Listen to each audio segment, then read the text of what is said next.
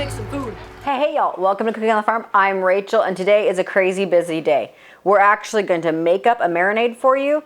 We're gonna go lay some fencing, come back and we're gonna barbecue it up. Come on in, let's check out our ingredients. You're gonna need a teaspoon of fresh ginger, 2 tablespoons olive oil, 2 tablespoons of the Monaciello Cellars garlic vinegar, half teaspoon of oyster sauce, half teaspoon of the sesame oil, half teaspoon of hoisin sauce, quarter teaspoon of thyme, a quarter teaspoon of dry ginger, half teaspoon of salt, and a half teaspoon of pepper, and about 3 pounds of chicken. All right, guys, so I just got a regular zippy bag here. Woo! I've done how to peel ginger before. You just use a spoon. This is frozen. I always keep mine in the freezer. All right, so I'm just gonna grate probably about a teaspoon. If you don't have fresh ginger, you can use dry ginger, or if you like the combination, this is more like super hot, and this is more mellow, so you could add a little dash of that. That's probably a quarter of a teaspoon. All right, I've got some thyme here, and again, it smells so good. I'm gonna pinch these to kind of open up some of those oils that are in there, get them smaller. That's probably, again, another quarter teaspoon. Couple cracks of pepper, probably close to a half a teaspoon. I'm gonna do a 3-finger pinch of salt because I know my aminos is not very salty. We're gonna say about a quarter cup. I'm also gonna use some sesame oil, and that's gonna be about a half a teaspoon. Make sure if you are cooking for people that you ask if they have an allergy. So this is not sponsored by Monaciello Cellars, but I just love their vinegars. The Vineyard chicks, they're amazing. Go check them out if you haven't. This is the Garlic Lovers. David got me a Mother's Day present and I got a bunch of these, so super excited. I'm gonna do about probably a heavy tablespoon. Actually, by the time I put this in, probably 2 tablespoons. So if you don't have any of the Garlic Lovers from Monaciello Cellars, you can just use red wine vinegar and some garlic.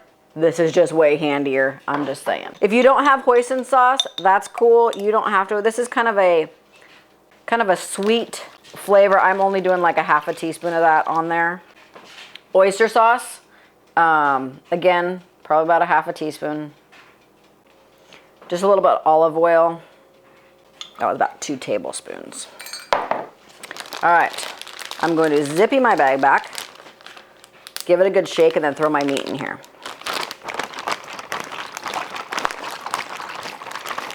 So let's say that you didn't have the hoisin sauce. If you want to substitute honey, it'll give you the same sweetness or even a little bit of molasses. Right, so as soon as I put this in, I'm not gonna zip it. I'm gonna go over and wash my hands and then zip it because I don't want any meat on the outside.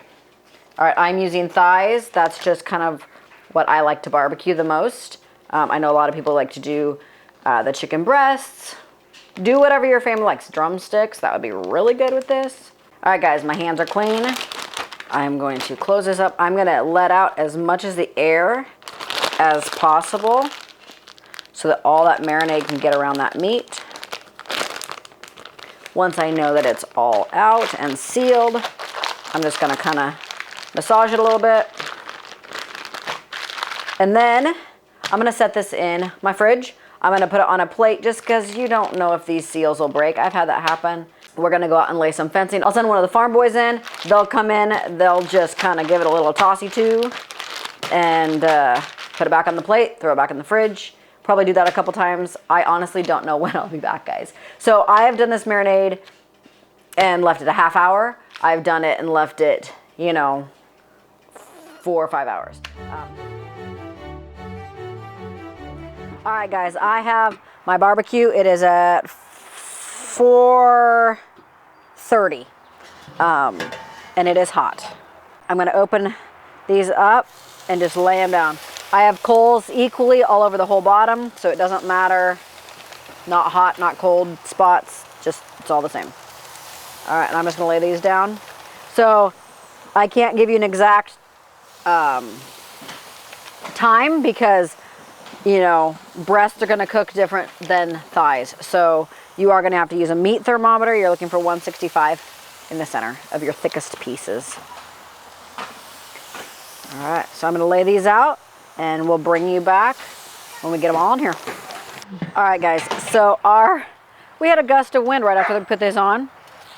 And so they're not as charred as I would have hoped, but they're still looking beautiful. They're super close to being done. The smell is phenomenal on these. Raw meat has touched this tongs, so I'm gonna go inside and get a new tongs, a clean tongs, and then I'll bring my plate out. So I'm gonna give these guys about 10 minutes. I'm gonna bring my meat thermometer out and temp them. All right, I am at 190 on these guys.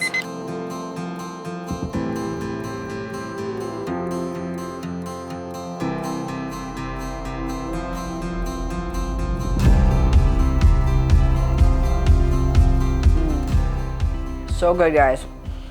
So I did make some quinoa and I seasoned it with pretty much everything that I seasoned my chicken with. I did not use the same marinade. That would be disgusting. You could get very, very sick. But I just grabbed the same ingredients, mixed it in my quinoa. So delicious.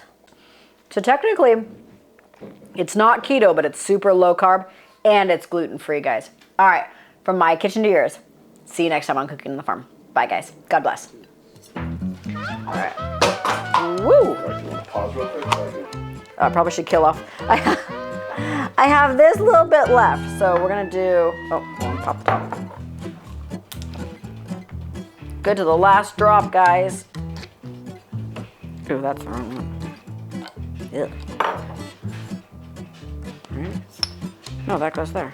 What the heck am I doing? I have no idea. I don't either. Yee. That might be a little bit more. I didn't even really need a knife, did I? Okay. Go any faster to your mouth. Yes, I could.